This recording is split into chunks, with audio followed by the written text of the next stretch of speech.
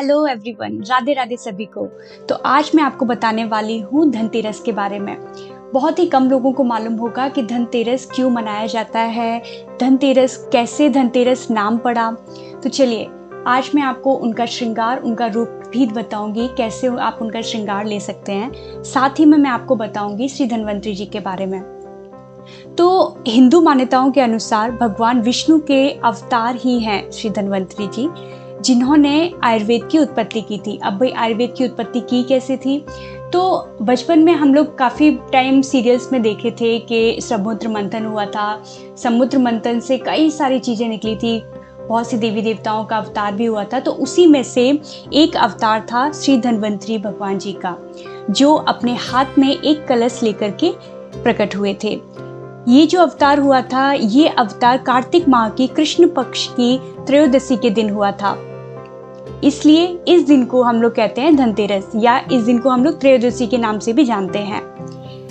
और जब धन्वंतरी जी अपने हाथ में कलश लेकर के आए थे, तो उसकी वजह से इसे हम लोग आयुर्वेद की उत्पत्ति भी कहते हैं। मीन्स धन्वंतरी जी को ही हम बोलते हैं कि ये चिकित्सक हैं, मतलब इन्हें आयुर्वेद की चिकित्सा करने वाले वैद्य, आरोग्य का देवता भी बोलते हैं।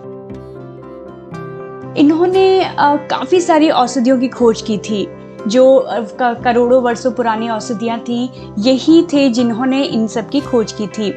इनके वंश में एक देवोदास थे, जिन्होंने शल्य चिकित्सा का विश्व का पहला विद्यालय काशी में स्थापित किया था। अब यहाँ पर आप कह सकते हैं ये प्रूफ होता है कि जो आयुर्वेद की उत्पत्ति थी वो भाई हमारे भारतवर्ष से ही हुई थी।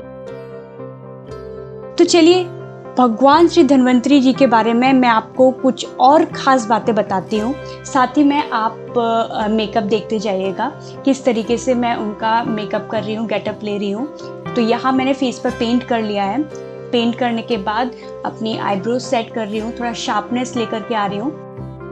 तो चलिए बताते हैं धन्वंतरी जी से जुड़ी हुई कुछ खास बातें। तो भगवान श्री धन्वंतरी जी हिंदू धर्म में देवताओं के चिकित्सक माने जाते हैं, जैसा कि मैंने पहले आपको बताया है। क्यों? क्योंकि ये अमृत कलश लेकर के प्रकट हुए थे। धन्वंतरी जी भगवान विष्णु जी के अवतार हैं। धन्वंतरी जी का जब आप फोटो देखेंगे या उनके जब आप गूगल करेंगे तो आपको देखने को मिलेगा कि उनके 4 हाथ थे। एक हाथ में आयुर्वेद ग्रंथ था, एक हाथ में उनके औषधि का कलश था, जो आप अमृत का कलश भी बोल सकते हैं, और तीसरे हाथ में जड़ी बूटी थी, और चौथे हाथ में उनके शंख था। तो यहाँ आपको मालूम चली गया होगा कि धनतेरस हम लोग क्यों सेलिब्रेट करते हैं, क्योंकि धनतेरस के दिन ही धन्वंतरी जी का आगमन हुआ था, मतलब वो प्रकट हुए थे।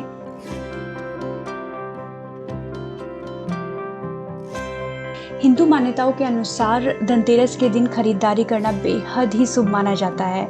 ये भी कहा जाता है कि इस दिन खरीदा गया सामान घर की सुख समृद्धि को भी बहुत बढ़ाता है। और वहीं देखा जाए तो धनतेरस पर कुछ चीज़ों की खरीदारी करने से आर्थिक स्थिति आपकी बहुत अच्छी होती है और दरिद्रता से भी छुटकारा मिलता है। चलिए मैं आपको अब इसके बारे में थोड़ा और बताती हूँ कि धनतेरस के दिन हमें क्या क्या खरीदना चाहिए। तो मान्यता है कि धनतेरस के दिन सोना, झाड़ू माँ लक्ष्मी को प्रसन्न करने के लिए खरीदी जाती है। चांदी या चांदी के बने कोई भी आभूषण, सोने के आभूषण, वाहन, जमीन, साबुत धनिया भी बहुत से लोग खरीद करके अपने घर में रखते हैं। कुबेर यंत्र खरीद करके रखते हैं। तो ये कुछ चीज़ें हैं जो धनतेरस के दिन लोग खरीदते हैं।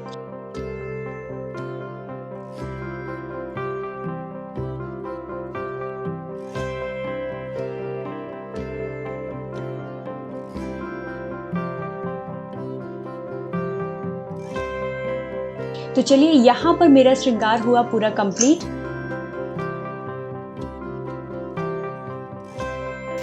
और ये है पूरा मेरा गेटअप श्री धन्वंतरी जी का।